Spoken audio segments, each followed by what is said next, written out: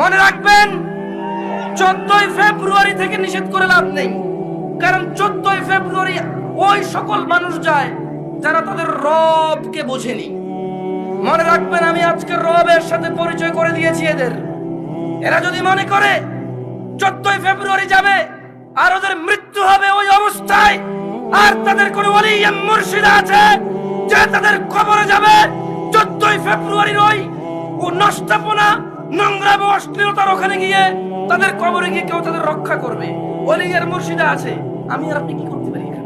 দেখা যাবে সেদিন, যেদিন বিচার হবে, মানুষ আল্লাহর সামনে আসবে এককভাবে, একা একা।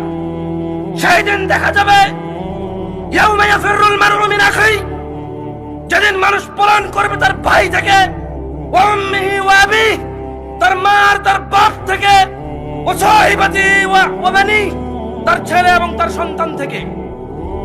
সেই দিন দেখা যাবে যে তার 14ই ফেব্রুয়ারি তার আইডলরা, তার সিনেমার নায়করা, তার রাতের আনন্দের গায়করা, তার চোখের সন্তুষ্টির গায়িকারা নায়িকারা তাকে কতটুকু উপকার করে।